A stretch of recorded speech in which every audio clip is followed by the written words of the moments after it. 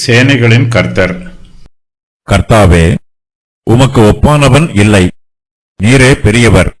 உமது நாமமே வல்லமையில் பெரியது. ஜாதிகளின் ராஜாவே, உமக்கு பயப்படாதிருப்பவன் யார்? தேவரீருக்கே பயப்பட வேண்டியது. ஜாதிகளுடைய எல்லா ஞானிகளிலும் அவர்களுடைய எல்லா ராஜ்யத்திலும் உமக்கு ஒப்பானவன் இல்லை. அவர்கள் யாவரும் மிருக குணமும் மதியீனமும் உள்ளவர்கள். அந்த கட்டை மாயையான போதகமாயிருக்கிறது. தகடாக்கப்பட்ட வெள்ளி தர்ஷீஷிலும் பொன் ஊப்பாசிலுமிருந்து கொண்டு வரப்பட்டு அவைகள் தொழிலாளியினாலும் தட்டான் கைகளினாலும் செய்யப்படுகிறது. இளநீலமும் இரத்தாம்பரமும் அவைகளின் உடுமானம். அவைகளெல்லாம் தொழிலாளிகளின் கைவேலையாயிருக்கிறது. கர்த்தரோ மெய்யான தெய்வம். அவர் ஜீவனுள்ள தேவன், நித்திய ராஜா. அவருடைய கோபத்தினால் பூமி அதிரும். அவருடைய உக்கிரத்தை ஜாதிகள் சகிக்க மாட்டார்கள். வானத்தையும் பூமியையும் உண்டாக்காத தெய்வங்கள் பூமியிலும் இந்த வானத்தின் கீழும் இராதபடிக்கு அழிந்து போகும் என்பதை அவர்களுக்குச் சொல்லுங்கள். அவரே பூமியை தம்முடைய வல்லமையினால் உண்டாக்கி பூச்சக்கரத்தை தம்முடைய ஞானத்தினால் படைத்து வானத்தை தம்முடைய அறிவினால் விரித்தார். அவர் சத்தமிடுகையில் வானத்திலே திரளான தண்ணீர் உண்டாகிறது.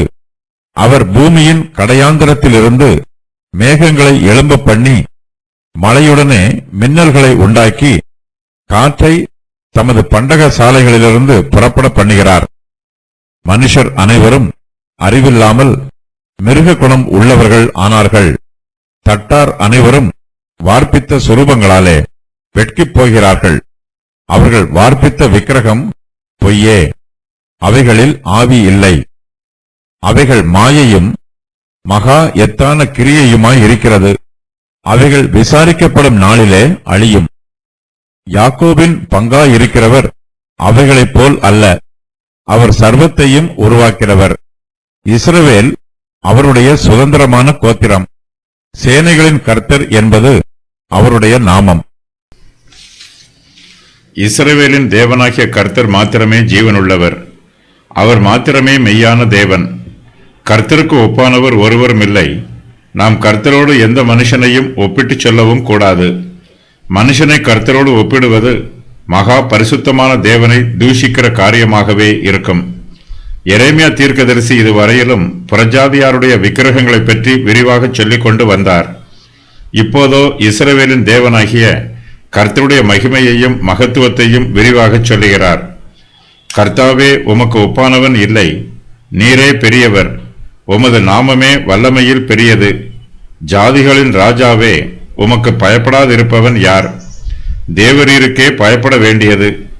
ஜாதிகளுடைய எல்லா ஞானிகளிலும் அவர்களுடைய எல்லா ராஜ்யத்திலும் உமக்கு ஒப்பானவன் இல்லை என்று எரேமியா சர்வ வல்லமையுள்ள தேவனை பற்றி சொல்லுகிறார். மனுஷனுடைய மகிமை தேவனுடைய மகிமைக்கு ஒப்பானது அல்ல. மனுஷன் தன்னுடைய ஞானத்தினால் அநேக யுக்திகளை கண்டுபிடித்திருக்கிறான். தன்னுடைய வல்லமையினால் தேசங்களை ஸ்தாபிக்கிறான். ஆனாலும் தேவனுடைய மகிமையோடு மனுஷனுடைய மகிமையை ஒப்பிட்டுச் சொல்ல முடியாது. புறஜாதியார் தங்களுடைய ராஜாக்களை தெய்வத்தோடு ஒப்பிடுவது வழக்கம். ஒரு சில தேசங்களில் தங்கள் ராஜாவையே தெய்வமாக நினைத்து ராஜாவை ஆராதிக்கிறார்கள். கர்த்தரோ ராஜாதி ராஜாவாய் இருக்கிறார். கர்த்தரே வானத்தையும் பூமியையும் சிருஷ்டித்தவர்.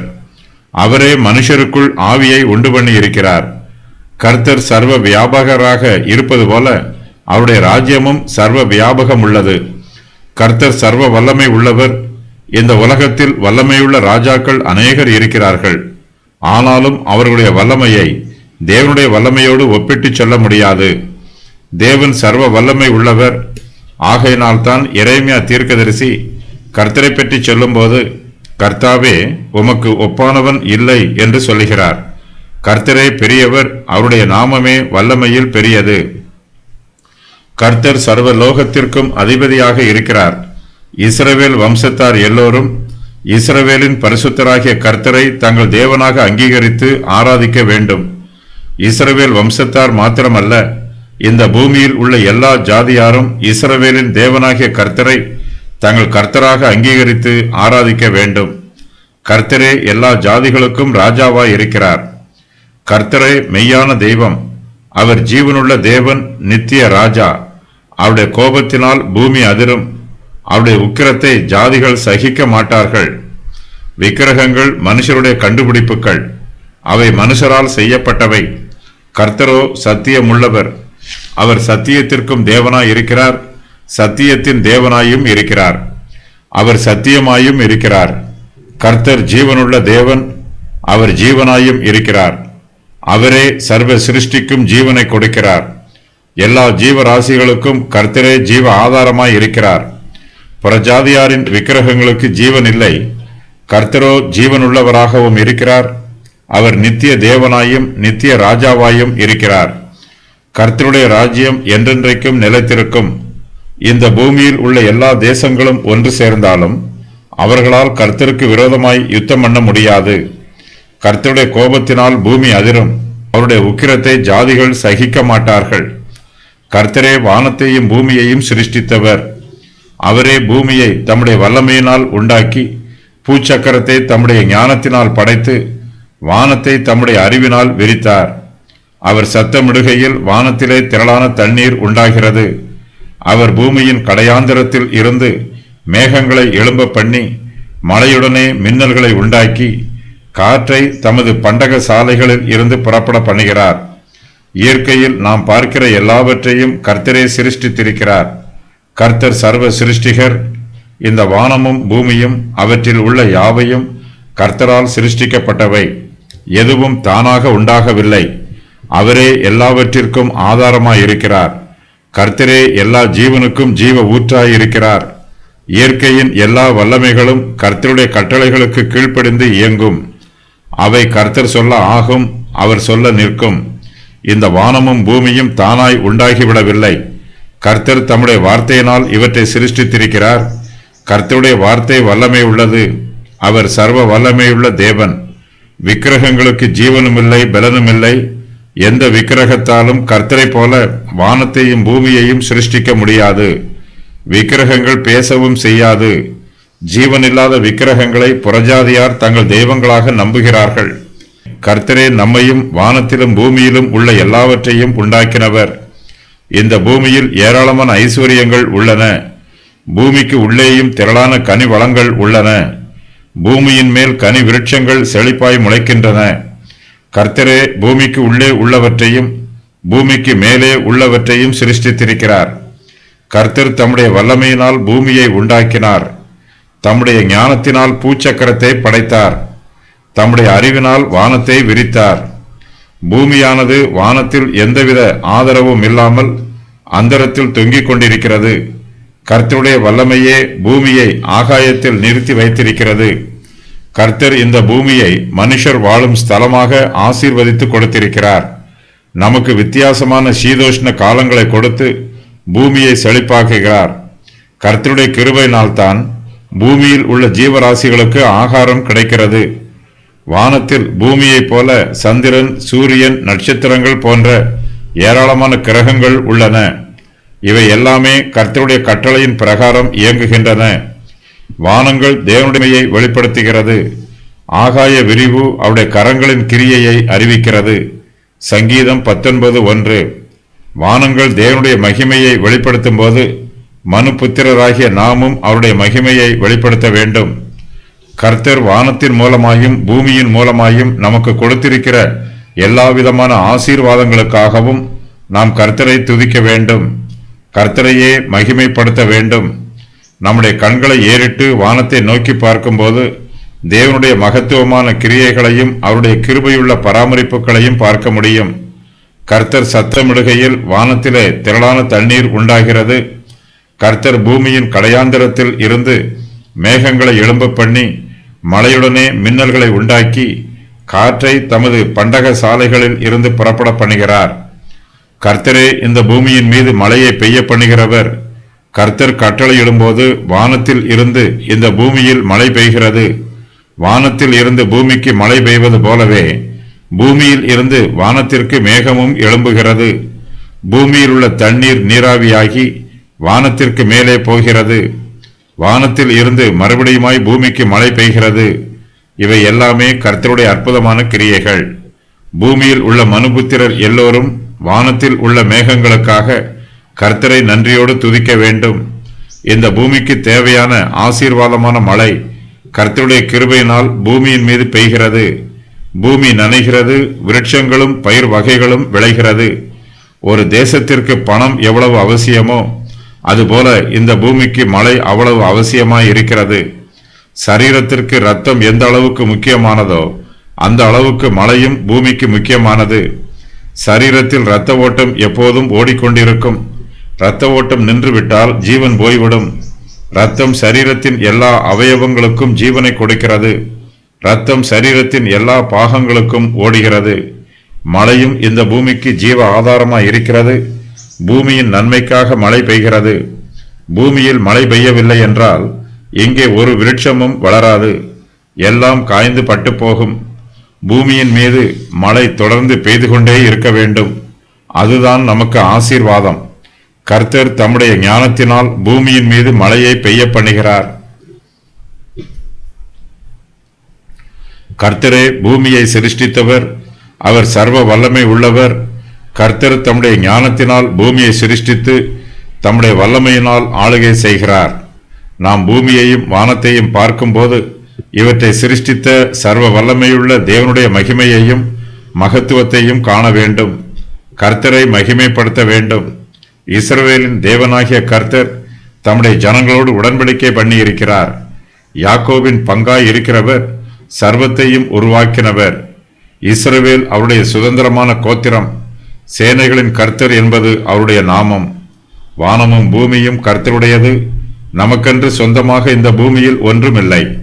கர்த்தர் நம்மோடு உடன்படிக்கை பண்ணி இருப்பதினால் கர்த்தர் மூலமாய் இவையெல்லாம் நமக்கு சுதந்திரமாக கிடைத்திருக்கிறது. யாக்கோபின் பங்காய் இருக்கிற கர்த்தர் விக்கிரகங்களைப் போல் அல்ல. விக்கிரகங்களுக்கு ஜீவன் இல்லை, அவை ஒன்றும் செய்யவும் இல்லை, அவற்றால் ஒன்றும் செய்யவும் முடியாது. கர்த்தரோ சர்வத்தையும் உருவாக்கினவர். தங்கள் கன்மலை நம்முடைய கன்மலையைப் போல் அல்ல என்று நம்முடைய சத்துருக்களை தீர்மானிக்கிறார்கள். உபாகமம் 32:31. கர்த்தர் நம்முடைய பங்காய் இருக்கிறார். நாம் இந்த சத்தியத்தை தியானித்து கர்த்தருக்குள் சந்தோஷமாய் இருக்க வேண்டும். கர்த்தர் நம்முடைய பங்காய் இருக்கிறார் என்பதை நினைவு கூர்ந்து நாம் கர்த்தருக்குள் திருப்தியாய் இருக்க வேண்டும். நாம் கர்த்தருடைய ஜனமாய் இருப்பது நமக்கு கிடைத்திருக்கிற மிகப்பெரிய சிலாக்கியம். இஸ்ரவேல் கர்த்தருடைய சுதந்திரமான கோத்திரம். நாம் கர்த்தருக்கு விசேஷித்தவர்கள். கர்த்தர் தம்முடைய சுதந்திரத்தின் கோலால் நம்மை தமக்கு சொந்தமாக்கிக் கொள்கிறார். நாம் கர்த்தருக்கு உரியவர்கள். நாம் கர்த்தருக்குள் ஜீவிக்கிறோம். கர்த்தரால் ஜீவிக்கிறோம். கர்த்தரை துதிப்பதும் அவருக்காக ஊழியம் செய்வதும் நமக்கு கிடைத்திருக்கிற சிலாக்கியம். சர்வத்தையும் உருவாக்கின கர்த்தர் நம்முடைய தேவனாய் இருப்பது நமக்கு பாக்கியம். அதுவே நம்முடைய மனதிற்கு ஆறுதல். அதுவே நம்முடைய இருதயத்திற்கு ஆசீர்வாதம். எரேமியா தீர்க்கதரிசி புறஜாதி தெய்வங்களை இஸ்ரவேலின் தேவனோடு ஒப்பிட்டுச் சொல்லுகிறார். எல்லா விக்கிரகங்களும் அழிந்து போகும். புறஜாதியாரின் விக்கிரகங்களில் ஆவி இல்லை. அவர்கள் வார்ப்பித்த விக்கிரகம் பொய்யே. அவைகள் மாயையும் மகத்தான கிரியையுமாய் இருக்கிறது. அவைகள் விசாரிக்கப்படும் நாளிலே அழியும். புறஜாதியாரின் விக்கிரகங்கள் அழிந்து போகும் என்று எரேமியா தீர்க்கதரிசி சொல்லுகிறார். அதன் பின்பு அவர் தேவனுடைய நாமத்தினால் யூதருக்கு சத்தியத்தை உபதேசம் பண்ணுகிறார். இஸ்ரவேல் ஜனத்தாரும் புறஜாதியாரிடத்தில் பேச வேண்டும். கர்த்தருடைய மகிமையை அவர்களுக்கு சொல்ல வேண்டும். அவர்களுடைய விக்கிரகங்கள் அழிந்து போகும் என்னும் உண்மையை அவர்களுக்கு எடுத்துச் சொல்ல வேண்டும்.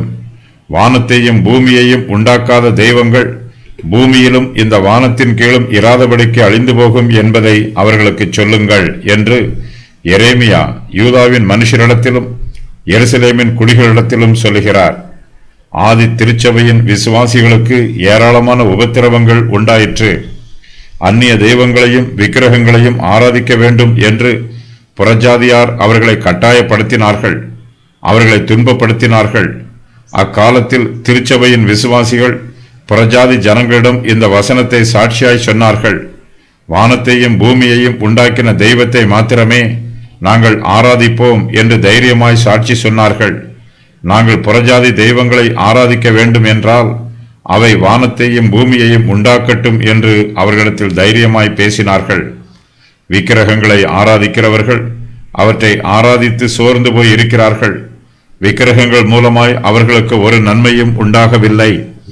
ஆகையினால் அவர்கள் விக்கிரகங்களை விட்டு சந்தோஷமாய் விலகி வருகிறார்கள். பூமியை தத்தளிக்க பண்ண கர்த்தர் எழும்பும் அந்நாளிலே அவருடைய பயங்கரத்திற்கும் அவருடைய மகிமை பிரதாபத்திற்கும் விலகி கண்மலைகளின் வெடிப்புகளிலும் குன்றுகளின் சந்துகளிலும் புகுந்து கொள்ளும்படிக்கு மனுஷன் பணிந்து கொள்ள தனக்கு உண்டாக்கி இருந்த தன் வெள்ளி விக்கிரகங்களையும் தன் பொன் விக்கிரகங்களையும் மூஞ்சிர்களுக்கும் துறிஞ்சிர்களுக்கும் எரிந்து விடுவான். ஏசாயா 2:20-21. ஜாதிகளின் ராஜாவே என்னும் இந்த வாக்கியம் கர்த்தரை குறிக்கிறது. கர்த்தர் யூதருடைய தேவனாக இருப்பது போலவே புறஜாதியாரையும் ஆளுகை செய்யும் தேவனாக இருக்கிறார். கர்த்தரே நித்திய ராஜாவாக இருக்கிறவர். எரேமியா 10:2-5 வரை உள்ள வசனங்களில் கூறப்பட்டிருக்கும் மரம். இந்த மரத்தில் இருந்து மனுஷர் விக்கிரகங்களை செய்து அதை அலங்கரித்து ஆராதிக்கிறார்கள். விக்கிரகத்தை பற்றிய போதகம் மாயையானது. கட்டையால் உருவாக்கப்பட்ட விக்கிரகம் ஜீவனற்றது. அது தேசத்தை பாதுகாக்காது. ஊபாஸ் என்பது ஓப்பீராக இருக்கலாம். நிறைவேற வேண்டிய முன் அறிவிப்புகள். அவருடைய கோபத்தினால் பூமி அதிரும். அவருடைய உக்கிரத்தை ஜாதிகள் சகிக்க மாட்டார்கள். விக்கிரகங்கள் அழிந்து போகும். எரேமியா 10வது அதிகாரத்தில் தேவனை பற்றி கூறப்பட்டிருக்கும் சத்தியங்கள். இஸ்ரவேலுக்கு வசனத்தை சொல்லுகிறவர். அவருக்கு ஒப்பானவர் ஒருவருமில்லை. அவரே பெரியவர். அவருடைய நாமமே வல்லமையில் பெரியது. ஜாதிகளின் ராஜா. விக்கிரகத்தோடு அவரை ஒப்பிட முடியாது. கர்த்தரே மெய்யான தேவன். அவர் ஜீவனுள்ள தேவன். அவர் நித்திய ராஜா. அவர் தேசத்தின் நியாயாதிபதி. வானத்தையும் பூமியையும் சிருஷ்டித்தவர். பூமியை உண்டாக்கியவர். சமுதாய அமைப்பை உண்டு பண்ணியவர். காலங்களை நிர்ணயம் பண்ணுகிறவர். சேனைகளின் கர்த்தர். சுரூபங்களையும் விக்கிரகங்களையும் பற்றிய செய்திகள். மனுஷனுடைய கைகளின் கிரியை. மரம் வாச்சியால் வெட்டப்படுகிறது. வெள்ளியினாலும் பொன்னினாலும் அது அலங்கரிக்கப்படுகிறது. அது அசையாதபடிக்கு அது ஆணிகளாலும் சுத்திகளாலும் உறுதியாக்கப்படுகிறது. அவைகள் நடக்க மாட்டாதவை. அவைகள் பேச மாட்டாதவைகள். மனுஷர் அவற்றை சுமக்க வேண்டும். அவைகள் தீமை செய்யக்கூடாது. நன்மை செய்யவும் அவைகளுக்கு சக்தி இல்லை. அவைகள் வார்ப்பித்த சுரூபங்கள். அவைகளில் ஆவி இல்லை. அவைகள் மாயையானவை. அவைகள் மகா எத்தான கிரியைகளாயிருக்கிறது.